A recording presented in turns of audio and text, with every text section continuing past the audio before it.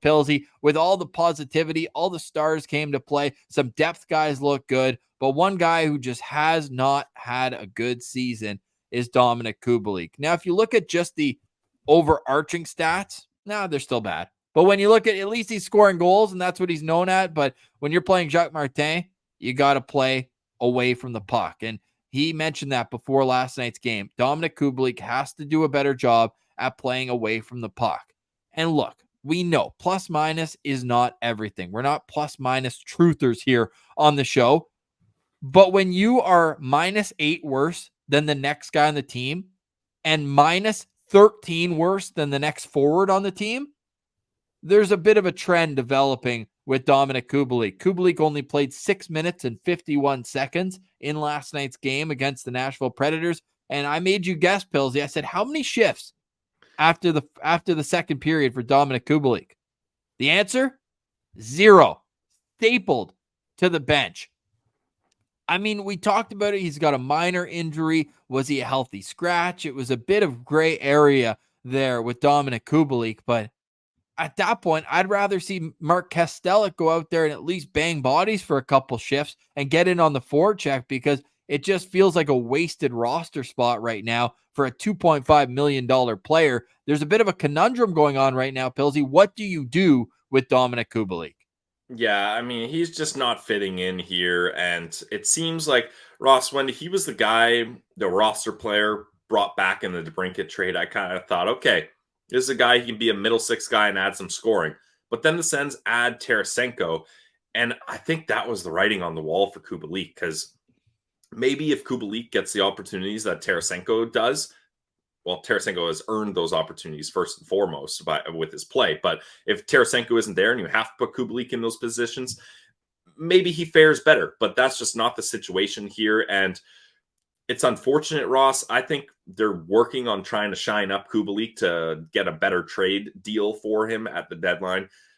I got to think there's some interest. Like, sure, he's not playing that great, but at $2.5 million for a cheap draft pick trade for a contending team, you got to think there's some teams interested. Maybe the Sens have to retain a little salary, which is scary to think of, just to kind of dump him. But at this point, it doesn't make sense for Kubalik to be here. It doesn't make sense for the Sens to be here. Like, I would much rather give Angus Crookshank more opportunities. Like, Crooker in Kubalik's position, I thought had a lot more impact on the game, because if Kubalik's not scoring goals, he has no B game. Like, there's just nothing going on there, unfortunately. And I think both parties need a fresh start here. So whatever happens to Dominik Kubalik, I don't think he will be here beyond the trade deadline. And it's unfortunate because you can see the tools in his game, right? It's a big body, can skate, but it just has got a great shot, but it's just... He's taken 4 shots in his last 6 games. He's -5 with no points. Like, yeah. Complete liability defensively, unfortunately. And he seems like a good guy. Like, I wanted it to work out here for him, but it simply hasn't. Now, the Ottawa Senators will have some decisions to make, and I think they'd have to eat 50% to even get a draft pick at this point, Pilsy. He has zero value right now. And the Ottawa Senators are still eating money on Matt Murray this year, but you can retain 3 salaries at any given time. And we also heard yesterday, now Darren Dreger, he speaks a lot, so sometimes there's, things that don't come true that he says, but that the Ottawa Senators would likely have to eat money on a Vladimir Tarasenko trade. Now this, I would assume, would be to get the value to the extent that it needs to be, not like Kubalik just to offload him. I'm still torn on Tarasenko, but there is a world where if they are looking to offload both, they have the ability to retain salary on both. Now, if you retain 50% on Dominik Kubalik, that's a $1.25 million player. Would somebody bite on that? I think so, but you're not going to bite on it to put him in your bottom 6, because you've just had a sample size of 40 plus games. He needs to play in a top 6, and that's a big risk to put him in a top 6 when he has not produced. No, he's not cracking any playoff contenders top 6, Ross. I don't think so. I think you're just adding him for cheap depth scoring. Maybe there's teams that have injuries, need a little oomph on the bottom 6 scoring wise.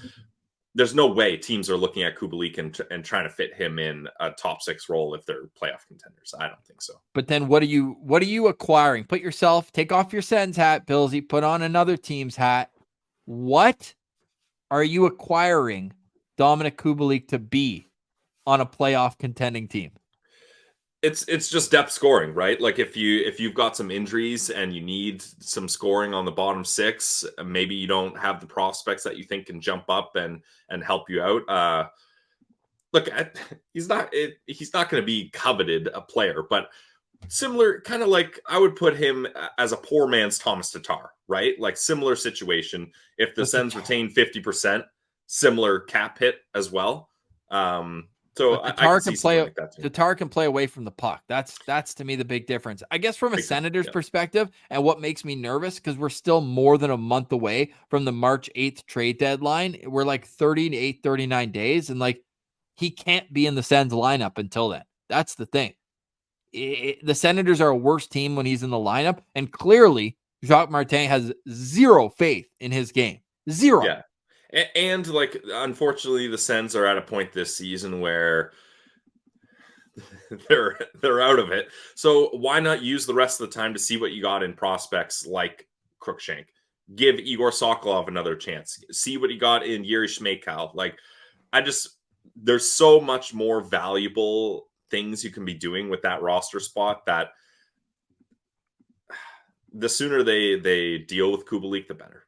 But would you just keep him on the reserve list? Like keep him as a healthy scratch? No, you're not going to Michael Bodker him if you don't have to. Well, what are you going to do then? You're going to play him 4 minutes a night?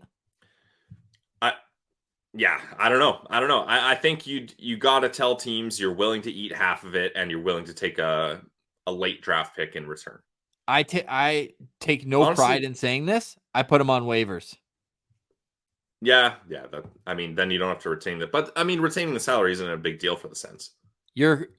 I think you're out to lunch if you think that a team's claiming him for $2.5 million. This would more so be to assign him to Belleville to try to get him at least confident in his own game back. And then after 2-3 weeks, you want to bring him back and give him another chance in Ottawa again, knowing that this season probably out the window anyways. So then you can come back and maybe pump the value then. But right now it's like he has zero confidence. Every time he steps on the ice, he's eating a minus. Like there's just nothing positive happening right now for Kubalik in Ottawa. And it's unfortunate to say, but at some point you have to kind of call a spade and say, it's not working here, at least right now. So we have to find a way to move you into a situation where you can have success, whether that's to another team or to the minors, because I just don't see it. And last night, the writing's on the wall when you're not playing a single shift in a tie game in the third period. That tells you everything you need to know about what your coach thinks of your defensive game. And the worst part about this, Ross, is we're going up to a game in Detroit up against the Red Wings tomorrow. There's probably Red Wings fans watching right now, and they are eating this up because now you're looking at the DeBrincat trade. Essentially, the Ottawa Senators are getting Boston Bruins first round pick for Alex DeBrincat. Yeah, well, and the cap space to sign Tarasenko, which shouldn't be discounted, right? Yeah, but it also shouldn't be counted that much. Yeah. Tarasenko with 32 points in 44 games, DeBrincat with 43 and 49. That's actually from Ottawa's perspective, sure, it works out. But if you're Detroit, you're like, holy crap, we fleeced them. It is. Fair. So, you know what? Just because you said that, you've convinced me. Put Kubalik in the lineup tomorrow. See if he can have a revenge game. I think, didn't he score twice against Detroit the last time in Detroit? He got the helmet, I think. Here, let me see. I've got his game logs up here. Ross, that could be one last-ditch effort. Like, okay, you're up against your old team. No, he scored 2 goals up against Toronto. 1 goal. He had a goal in that game. Yeah, this is the last-ditch effort. Let's see if he got anything here. Like, if you can't get up for this game, it's not going to happen. Let us know in the comments what to do with Dominik Kubalik. What are your thoughts on this experiment, and how do you get out from under it?